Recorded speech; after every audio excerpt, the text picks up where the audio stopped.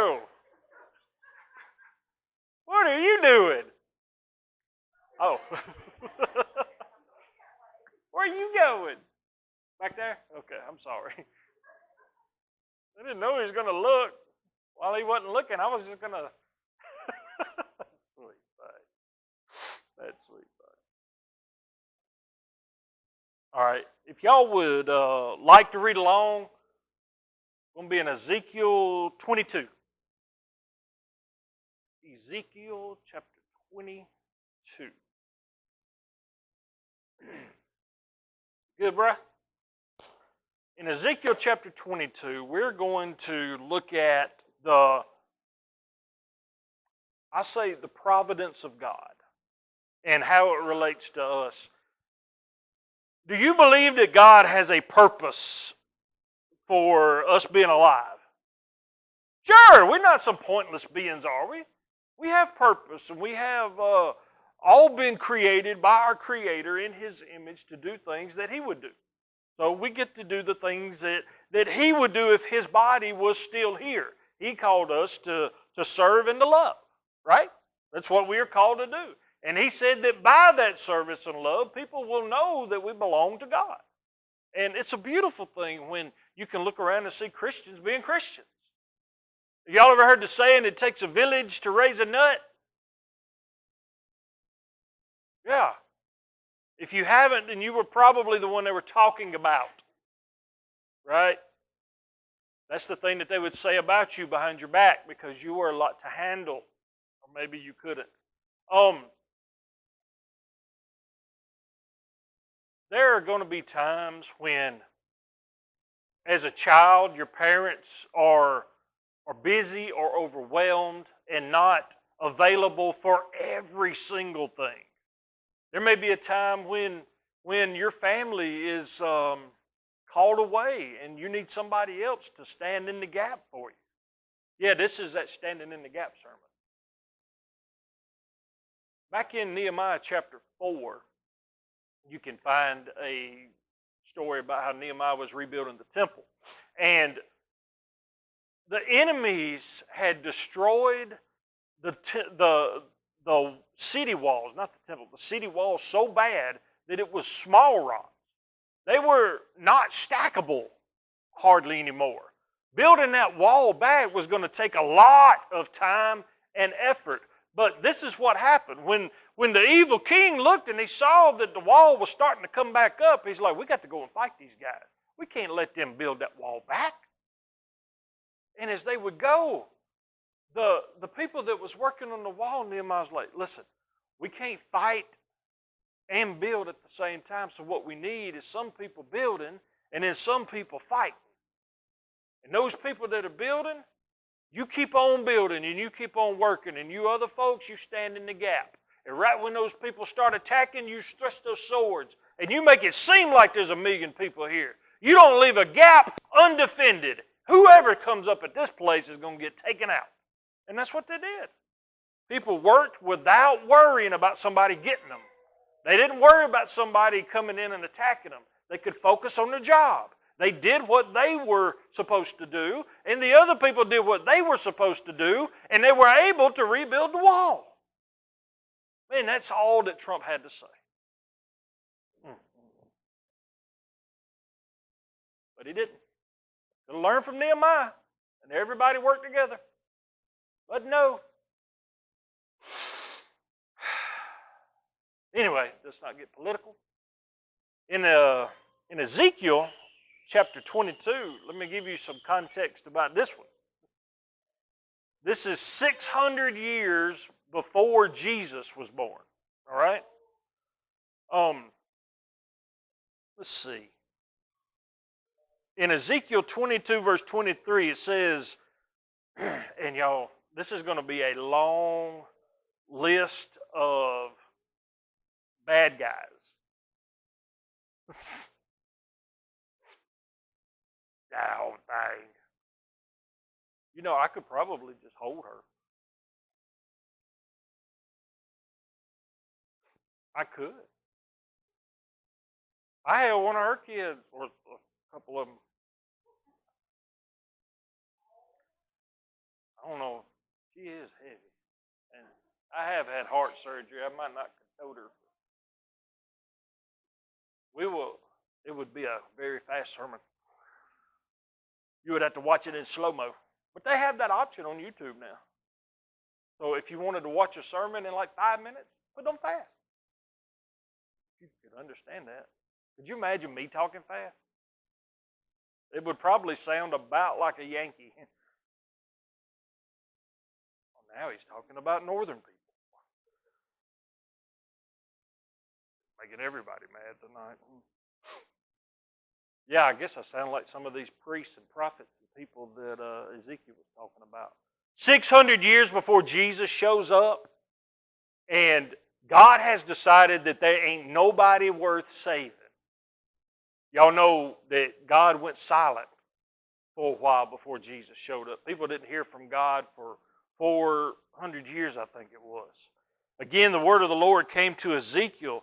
In verse 24 it says, Son of man, say to the land, you are a land that has no rain or showers in a day of wrath. That means you are doomed. It said in verse 25, there's a conspiracy of her princes within her like a roaring lion, tearing its prey. They devour people, take treasures and precious things, and make many widows within her. These roaring lions are the ones that are going around. The same word is used as Jesus used when he said, the devil is like a roaring lion seeking whom he may devour. This is a lion with no teeth that all he can do is roar. He can't actually bite you. All he can do is gnaw you to death. That's what Satan is. He can't destroy us. He can't destroy our lives, but he can gnaw at us until we want to die. That's what he can do. And that's what he does. And that's what these people are doing. They're like these roaring lions, tearing its prey, not chewing it, just gnawing at it, aggravating it. They're just devouring people, taking things that don't belong to them. And in verse 26, y'all, that was the prophets. That was the princes. That was the leaders. That's what was going on in this day. In verse 26, her priests do violence to the law and profane my holy things. That's what God said. They do not distinguish between the holy and the common. They teach that there is no difference between the unclean and clean, and they shut their eyes to the keeping of my Sabbath. So I am profaned by them. God is sick of these people that are not treating anything holy. They're not looking at the things that are righteous as righteous. They're not looking at anything as unholy and unclean as unholy and unclean. It's like everything is okay. So that was some of the priests in that day. In verse 27 it says, her officials within her are like wolves tearing their prey. They shed blood and kill people to make unjust gain. So here's another leader group, people group in Israel, and all these people are doing is destruction. They are just murdering and killing people to gain things. And in verse 28 it says, her prophets whitewash these deeds for them by false visions and lying divinations. So all that these people are doing, these officials or the prophets, they are lying and making up alibis for these people that sin. So you got the princes, the chiefs, the priests, the officials, ain't none righteous. And that was not going to be said for a while. Verse 29, or the second part of verse 28, this is what the sovereign Lord says. That's what these people say when he hasn't spoken. So they're speaking for the Lord, and the Lord ain't said nothing. Verse 29 says, the people of the land practice extortion and commit robbery. They oppress the poor and needy and mistreat the alien, denying them justice. So all these descriptions that Ezekiel is getting from God is describing the people that are living in the land of that day. And that is why God says this next verse. He says, I looked for a man among them who would build up a wall and stand before me in the gap on behalf of the land So what? So I would not have to destroy it. He said, but I have found none. God looked at Jerusalem, the nation of Israel. He saw that place in that time, just like he had done in the past. Y'all, this is the same kind of thing that went on with Moses when he went up on Mount Sinai for 40 days to go and get the 10 Commandments from God. The Word of God wrote on stone so it could never be destroyed until he throws it down.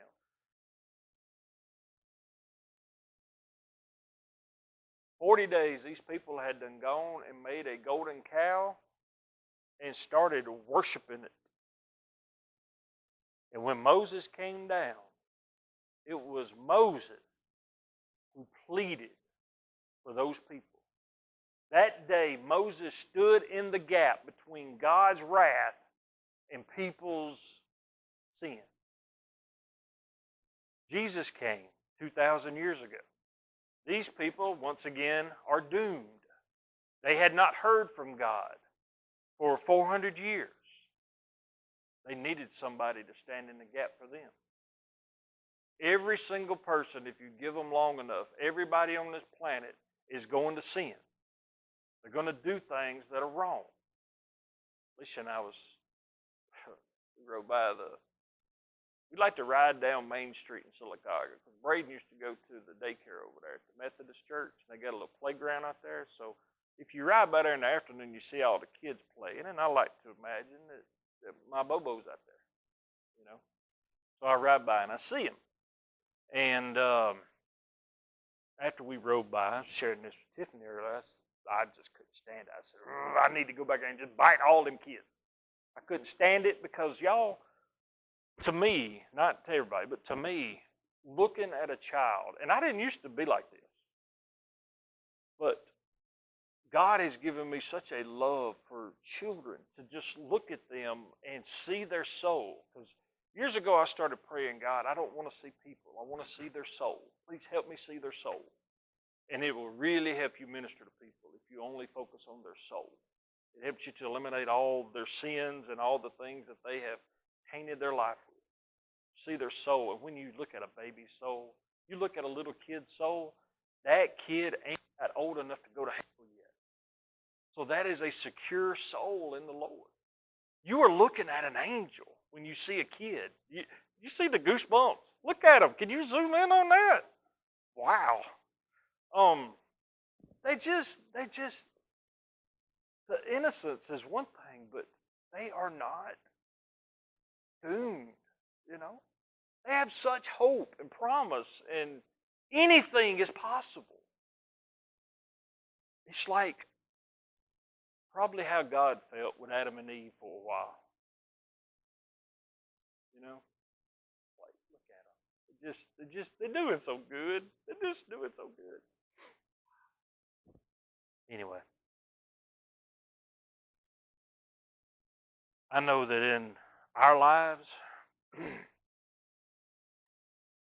we have needed other people to stand in the gaps for us, right? Hadn't we? We've needed people to help us out and to do things for us. There's going to be a time when you need somebody to help you out with your kids. You need somebody to help you out with your finances, or you need somebody to help you out with your mental health or something. You're going to need some help. And you're going to want somebody to come and stand in the gap for you and fight for you and champion you. And folks, I'm going to tell you something. This church right here, if there's a need made known to the people of this church, that need is met. Because people serving and loving one another is what we've been called to do. People do that. And that is making Jesus known to the world, which is our vision here. It's our mission.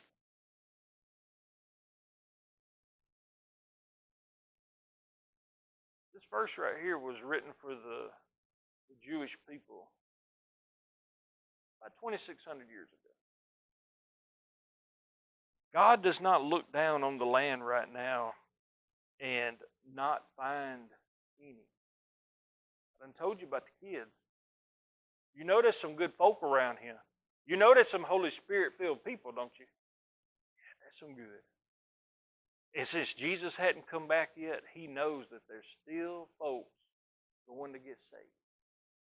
That's why he hadn't come back yet, right? We don't know who they are. Well, we have been called to love and serve. So I think the best thing we can do is make Jesus known to this world by standing in the gap with one another. God gave us the institution of a church so that it would be a place from where we can operate to show the love of Christ. And Highlands Baptist Church does. I'm very proud of y'all for what y'all do. There's been so many times over the years I have seen people in this church stand in the gap for other people. I've seen friends come and go and people be a rock in somebody's life and then later on be a rock in somebody else's life. And it's a beautiful thing when you are available to be used by God. And then God can use you. These people were called to stand in the gap because everybody else was lying, cheating, stealing, doing everything that Satan does. This is what the Holy Spirit told me. You ready? I'm going to preach this for a second. I'm going to preach this for just a minute. You ready, Joey? You ready to say, okay. Oh, Joey doesn't say it now. It's on.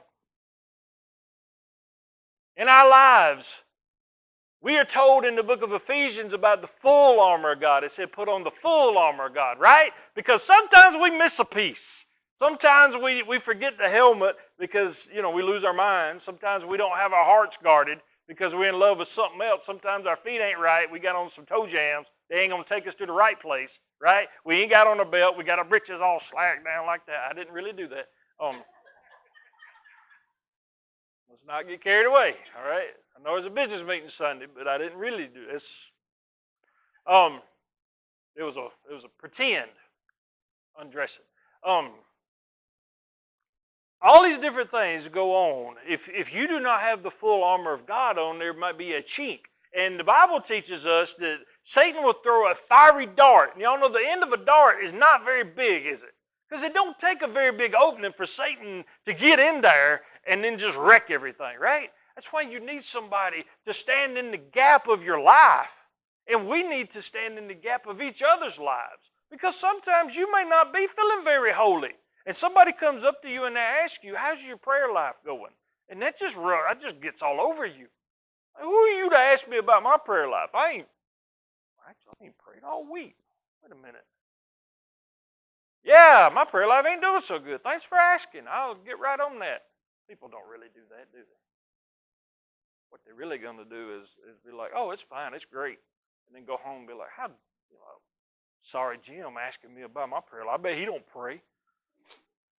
That's probably what's really going on, right? But if that man is standing in the gap for me, he is praying for my soul, he's praying for me as his pastor, and he's praying that I would be encouraged to pray more too. And that we would all pray more. We would get as close to God as we can. And you ain't going to let the devil get me, are you? And I ain't going to let the devil get you. And you ain't going to let the devil get hurt.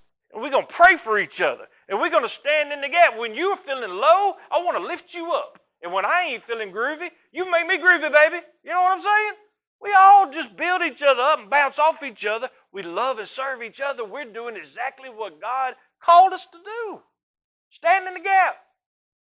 I look around. God looked around in that day and he didn't see any that was good. Any that would stand in the gap. Any that would work. And I look around here and every gap I see has got a Christian plugged in it. And that makes me excited. Satan ain't going to win. He's not. We just spent a weekend of victory talking about how Jesus has defeated Satan. He's defeated the grave. He's defeated sin. And I'm not wanting to live a defeated life. He's victorious over it. These people right here were doomed. They didn't have no leadership. They didn't have nobody looking out for them. There wasn't nobody doing nothing special. And that brings me to the providence of God. Last point I want to make about this. In Ezekiel chapter 22, verse number 31, God said, I will pour out my wrath on them and consume them with fiery anger, bringing down on their own heads all that they have done, declares the sovereign Lord. That's what happened to these people in that time 2,600 years ago. Now, Romans 8:1 says that there is no condemnation for them who are in Christ Jesus. If you are saved, the wrath of God is far from you. You will not be punished for the sins that have happened in your life that you chose to do, because the blood of Jesus is stronger than that. And you accepted that. You chose to accept that forgiveness. And you applied the blood of Christ to your sins, and on the cross, He took it and He paid for it. I mean, if you took the bill to God now, God would be like, I don't see no bill.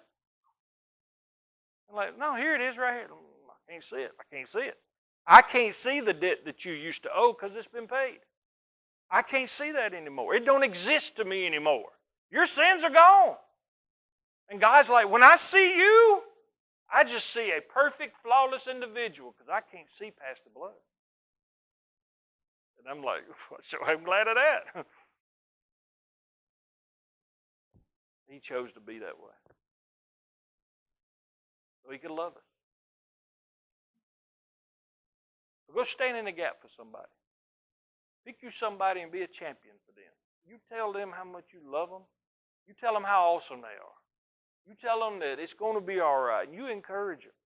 Because, folks, we got a lot to encourage people with, don't we? We got some good news. We got hope. We got real love. Well, let's go and share that. Okay, any questions?